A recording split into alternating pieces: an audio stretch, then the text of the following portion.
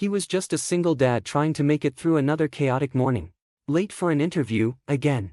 Balancing a toddler on one arm, a diaper bag on the other, and his only suit slightly wrinkled from last night's rush to get everything ready. He had barely enough change for the subway, skipped breakfast so his daughter could eat, and was mentally rehearsing answers to questions he'd already failed to nail in past interviews. He didn't have a backup plan. This interview was it. And then it happened. He gave up his spot on the elevator. Just one small gesture. A smile. "Go ahead," he said to the woman rushing in behind him. He didn't know who she was. But she was in a hurry, clearly more important than him. Or so he thought. But she knew exactly who he was. What happened next changed his life forever. Before I tell you the twist in this incredible story, let me ask you something. Have you ever done something kind, just because it felt right, not knowing who might be watching? Because today's story isn't just about a dad and a CEO. It's about how life has a strange, beautiful way of rewarding those who lead with kindness, especially when no one's looking. It's about how one moment can shift everything. I want to hear from you in the comments. What's the kindest thing a stranger ever did for you? Or, have you ever helped someone and never heard what happened next? Your story could inspire someone else right now, so go ahead and share it below. And if this story has already pulled you in, if you're sitting there wondering what happens when a struggling dad unknowingly helps the CEO of his dream company, hit that like button and subscribe right now. It really helps this channel grow and lets me keep sharing powerful stories like this one. Every like, every sub, every comment, it means more than you know. Because sometimes, the smallest choices unlock the biggest opportunities. And what you're about to hear might just restore your faith in humanity. Let's rewind a bit, to the beginning of his story. Before the elevator. Before the twist. Back to when all he had was hope, and a dream job that felt completely out of reach. His name was Michael, 32 years old. A former marketing assistant who hadn't had a stable job in over 2 years. Not because he lacked talent, but because life had a way of hitting him all at once. First came the layoffs. The company he worked for downsized overnight, and his department was the first to go. He was given 2 weeks severance and a generic letter of recommendation. He told himself it was temporary. Then, 2 months later, the diagnosis: his wife had stage 3 breast cancer. And just like that, everything changed. Interviews were forgotten. Job offers were declined. Hospital visits became his full-time job. He sat by her side during chemo, helped her shave her head, and reassured their daughter that mommy was just getting better. When she passed away a year later, Michael was left with a 3-year-old who didn't understand why mommy wasn't coming back, and a mountain of debt he couldn't even look at without breaking down. He tried everything: freelancing, delivering groceries, driving rideshare, tutoring kids in math, anything to pay rent and keep the lights on. But no matter how hard he worked, it was never quite enough. The bills kept coming. His car needed repairs. His daughter's daycare was a luxury he couldn't afford most months. He clipped coupons, skipped meals, borrowed money from friends he hadn't spoken to in years. He even pawned his wedding ring to cover utilities one winter. Still, every night, after his daughter was asleep, he'd open his laptop and stare at the website of his dream company, Brightside Media. He had admired them for years. Their mission, their creativity, their values, everything about them inspired him. He had applied 7 times. Not once had he even received a callback. But something about their culture, their content, made him believe it was where he belonged. So he didn't give up. He updated his resume for the 100th time. Watched every single video on their YouTube channel. Studied their blog posts, researched their team, practiced interviews in the mirror. He told himself, just one yes. That's all I need. And then, one day, it came. An interview. In person. At their headquarters. He stared at the email for almost a full minute before it registered. His hands shook as he typed his confirmation. This could be it. He barely slept the night before. He ironed his shirt 3 times, got his daughter's backpack ready with snacks and crayons for the sitter, and left the house early, determined to show up prepared and composed. But life had other plans. The subway stalled underground for 20 minutes. The sitter called, running late. His daughter spilled juice on his only pair of interview pants minutes before he walked out the door. He scrubbed it with a wet towel, hoping no one would notice. By the time he reached the building, he was sweating, flustered, and exactly 4 minutes late. He sprinted through the lobby, trying to appear calm, praying his shirt wasn't soaked through. As he ran toward the elevator, he didn't see himself as a man chasing a dream. He felt like a mess, like he'd blown his chance before it even began. And yet, in that moment, when he saw a woman approaching behind him, he didn't hesitate. Go ahead, he said with a tired smile, holding the door open for her.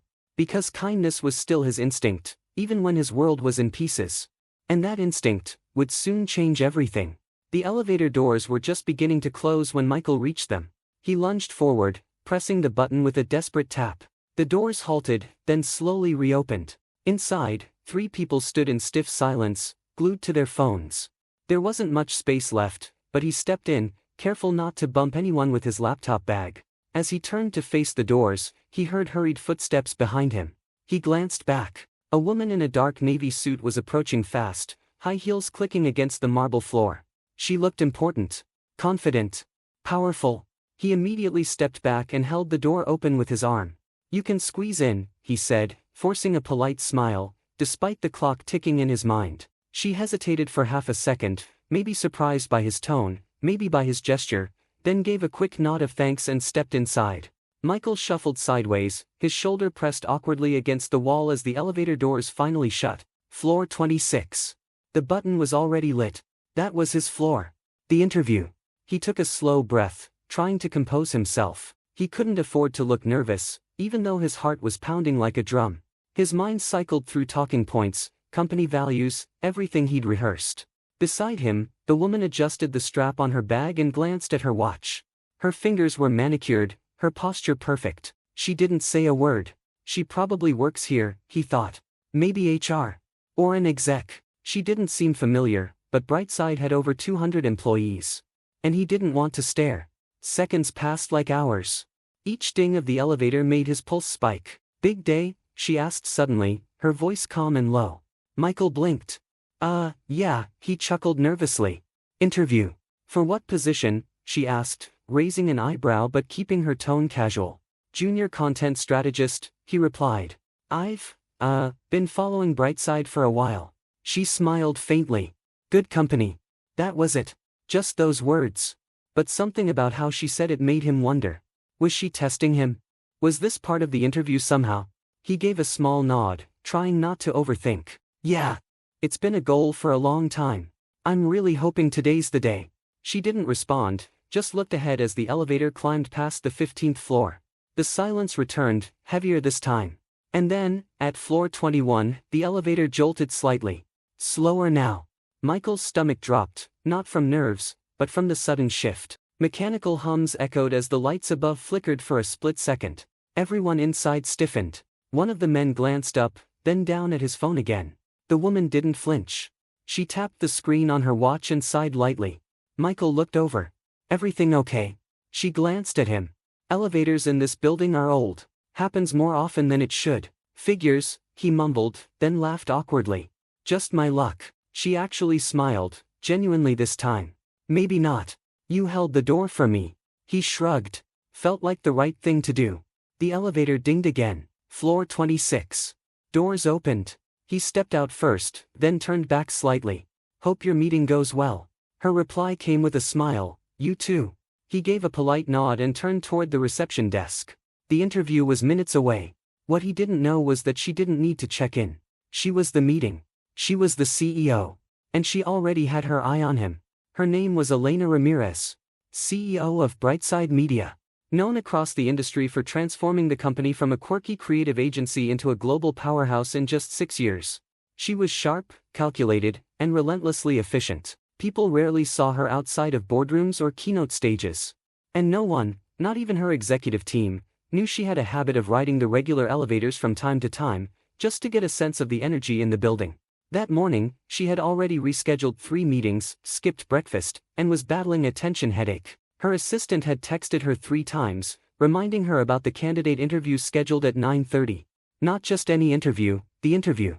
A last-minute ad. He hadn't come through traditional channels. In fact, he'd been filtered out by the recruitment software every time.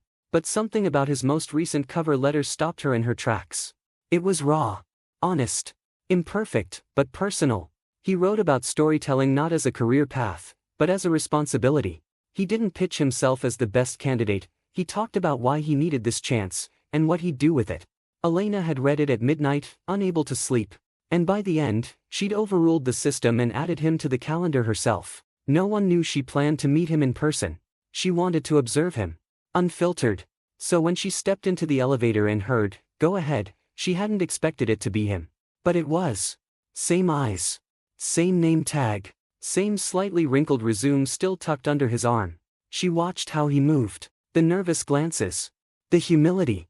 The instinct to make space for someone else, even when he was clearly overwhelmed. She asked about his day, knowing full well the answer. And when he said, "It's been a goal for a long time," she believed him. Because she'd seen the hunger in those kinds of eyes before. Eyes like her own. She hadn't grown up in boardrooms. She came from nothing, immigrant parents, 3 siblings in a 1-bedroom apartment, scholarship kid with duct-taped shoes.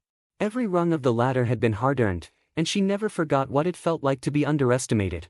So when Michael stepped out of the elevator and wished her a good meeting, her decision was already made. This wasn't just an interview anymore.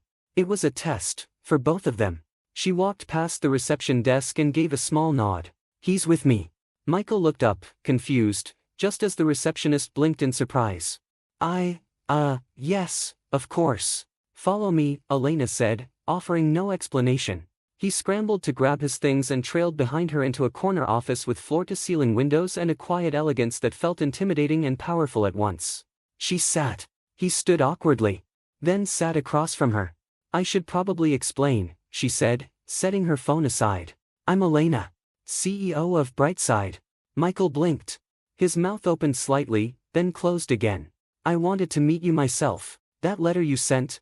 It reminded me why I started this company." He swallowed. "I didn't know. I thought this was with HR." "It was. Until I intervened." Silence hung in the air. She leaned forward. "Tell me something, Michael. Why'd you hold that elevator door open?" He looked at her, stunned. I didn't know it was you. I just saw someone in a rush. Felt like the right thing to do." Elena nodded slowly, watching him closely. "That's what I thought you'd say." Another pause. Then she stood, walked around the desk, and extended her hand. "You're hired." Michael stared at her, unsure if he'd heard correctly. "Wait, what?" "You're hired," she repeated calmly. "You passed the interview before it even started." His mouth opened again, but no words came. For a man who had spent weeks rehearsing the perfect responses, this moment had completely unraveled him. Don't you want to ask me anything? See my portfolio?"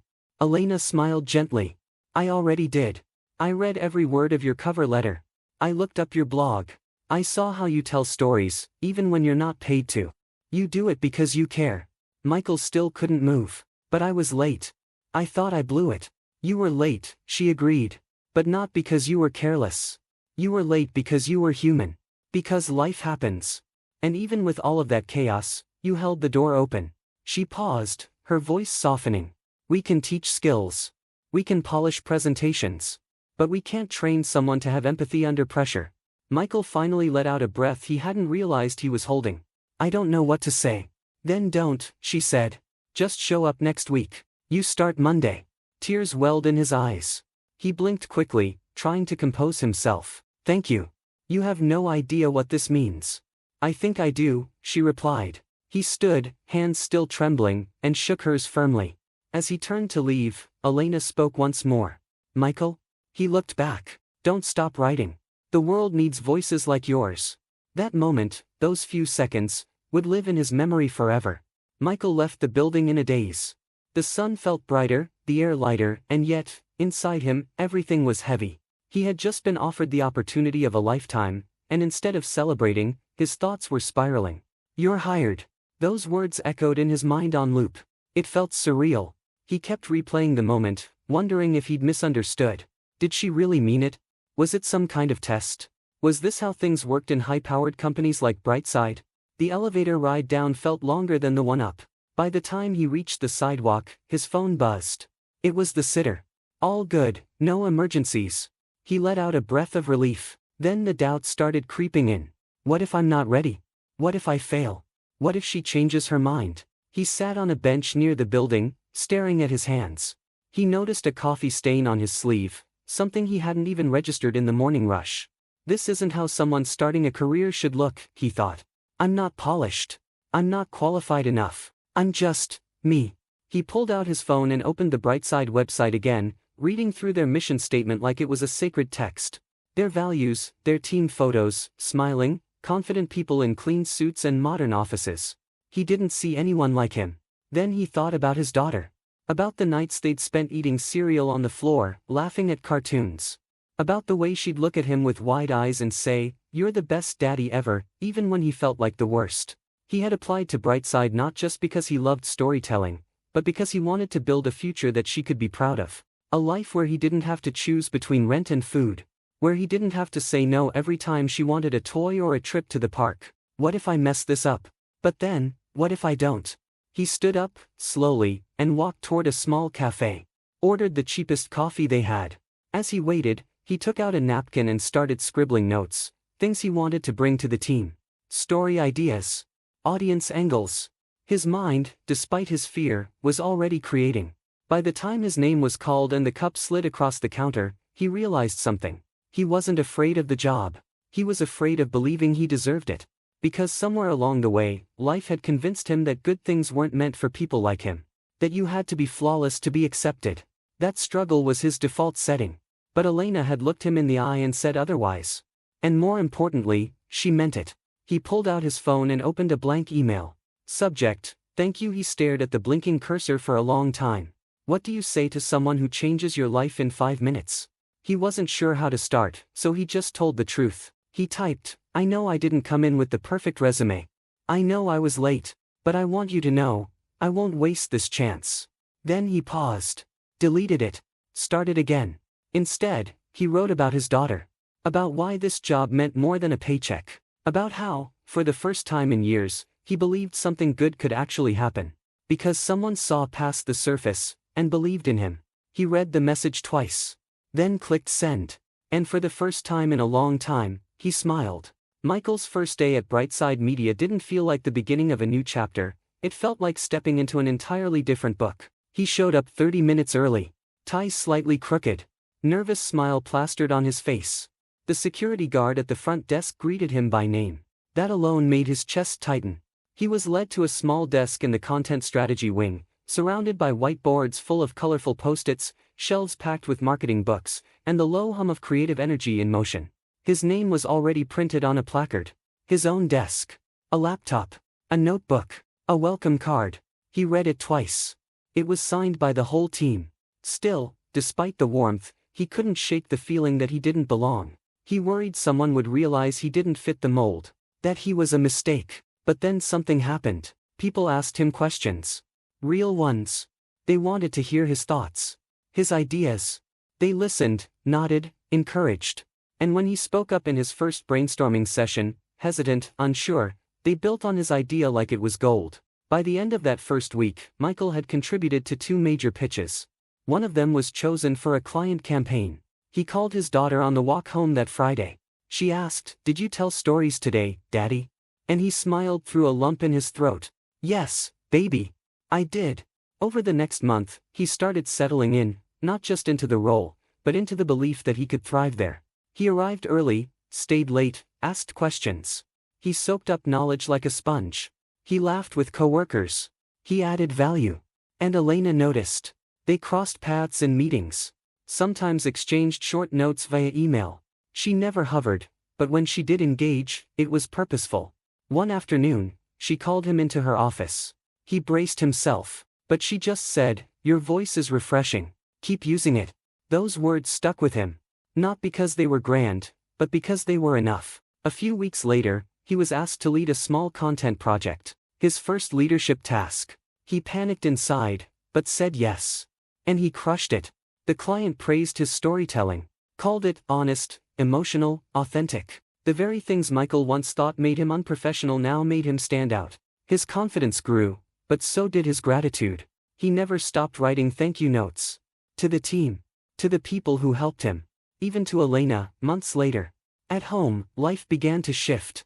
He could finally stock the fridge without counting every cent. He bought his daughter a new backpack, paid down medical debt, even scheduled her first real birthday party.